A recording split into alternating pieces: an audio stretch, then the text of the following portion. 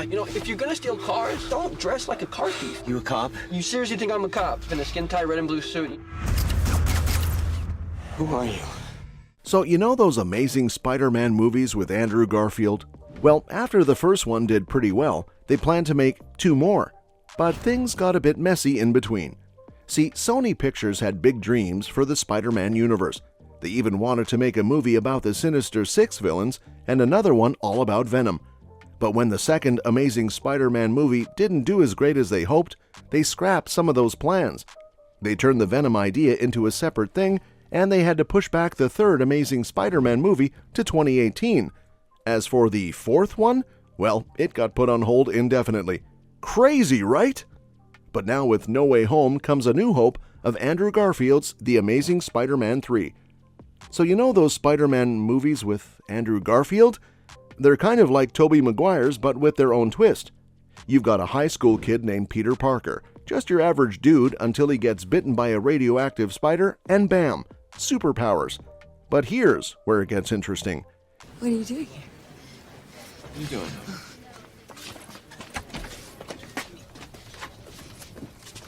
Garfield's Peter has this mysterious backstory with his parents. His crush is Gwen Stacy, played by Emma Stone, not Mary Jane, and we've got this big bad corporation called Oscorp thrown into the mix. In the first movie, it's all about Dr. Kurt Connors turning into a giant lizard guy and causing chaos.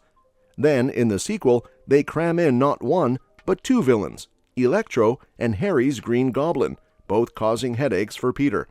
And let's not forget that heartbreaking moment when Gwen meets her tragic end. But what makes Garfield's Spider-Man stand out is his personality. He's quirky, optimistic, and always cracking jokes, even when life throws him curveballs like losing his parents and Uncle Ben. And Gwen? She's not your typical damsel in distress. She's smart, independent, and their chemistry together is electric. Now, when Garfield's Spidey meets up with Maguire's and Holland's in Spider-Man No Way Home, it's like a reunion of sorts. He might have been underestimated before, but he proves he's got what it takes to stand alongside them as a true hero, both in the movies and in the hearts of fans everywhere. So here's the scoop on what could have been The Amazing Spider-Man 3. Mark Webb, the director, was all set to come back for one more swing at the Spidey series, and his big plan? To introduce the Sinister Six, those baddies who are like a supergroup of villains. The main villain? None other than Norman Osborn, coming back from the dead to cause some serious trouble. Chris Cooper was all set to reprise his role as the Green Goblin, and get this, they were even talking about bringing in Vulture, a villain who never got his chance to shine after a cancelled Tobey Maguire sequel. Now, what made the Amazing Spider-Man series unique was how it delved into Peter's family history. Flashbacks hinted at some serious drama with his parents, who end up getting murdered, adding layers to Peter's suffering. And there's this mysterious man in the shadows who's pulling some strings behind the scenes, later revealed to be a lesser-known villain called the Gentleman. Michael Massee was sent to reprise his role, and Webb had big plans for him in the sequels. But alas, it seems like we'll never know how it all would have played out. Over the years, there's been a lot of buzz surrounding the possibility of The Amazing Spider-Man 3, and everyone involved in the films has been asked about it at some point. Even after Spider-Man swung into the MCU, the cast of the Garfield franchise has been bombarded with questions about a potential sequel, their interest in returning, and what they'd like to see happen next. Sally Field, who played Aunt May, seemed a bit hesitant about reprising her role, citing concerns about the depth of her character. In 2016, she told The Hollywood Reporter that finding a 3-dimensional character in the script was challenging, which made her return unlikely unless there was a significant involvement in the story and script. On the other hand, Dane DeHaan, who portrayed Harry Osborn, Green Goblin, appeared more enthusiastic about the idea of returning.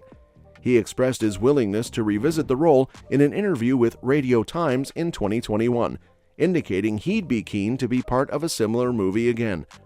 Then there's Andrew Garfield, the man behind the mask himself. While he hasn't shut the door on the idea of playing Spider-Man again, he's made it clear that it would have to be under the right circumstances. During a chat on the Happy Sad Confused podcast in 2022, he mentioned being open to the possibility, but emphasized the importance of the project being unique, special, and truly serving the character and audience.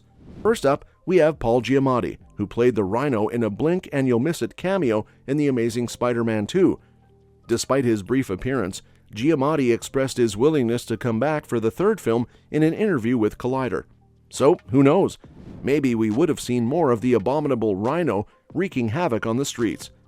Then there's the introduction of Mary Jane Watson.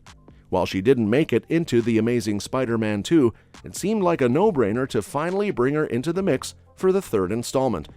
Whether Shailene Woodley would reprise the role she had originally filmed scenes for remains a mystery, though. Now here's where things get really out there. In an IGN interview, Dennis Leary, who played Captain George Stacy, dropped a bombshell about the planned storyline for the third film. Apparently, Peter was going to discover a way to bring people back from the dead. Yeah, sounds pretty far-fetched, but this is Spider-Man we're talking about. Comics are known for their crazy twists, so it wouldn't have been entirely out of left field. And let's not forget about Andrew Garfield's future in the franchise. Since he only signed on for a 3-picture deal, the plot for a potential The Amazing Spider-Man 4 is pretty speculative.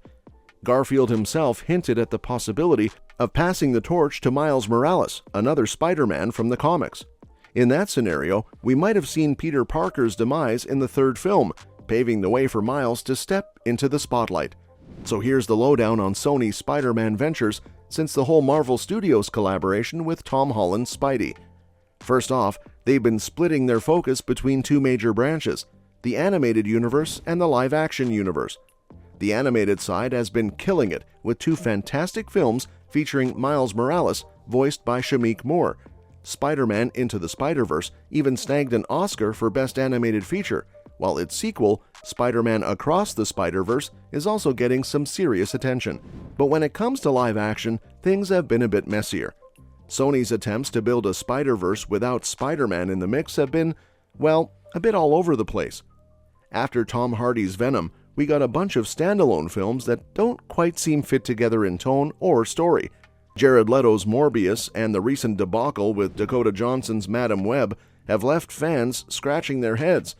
With Aaron Taylor Johnson's Kraven the Hunter on the horizon, it's anyone's guess whether this universe will bounce back or continue to stumble. The deal with Marvel Studios shook things up big time, bringing Tom Holland's younger, more relatable Spider-Man into the MCU fold. It was a fresh take, although it drew comparisons to the previous The Amazing Spider-Man era. Andrew Garfield's departure from the role left fans bummed, especially after plans for his Spider-Man future got scrapped. But hey, the multiverse is a wild place, and Garfield's return in Spider-Man No Way Home has opened up a whole new world of possibilities.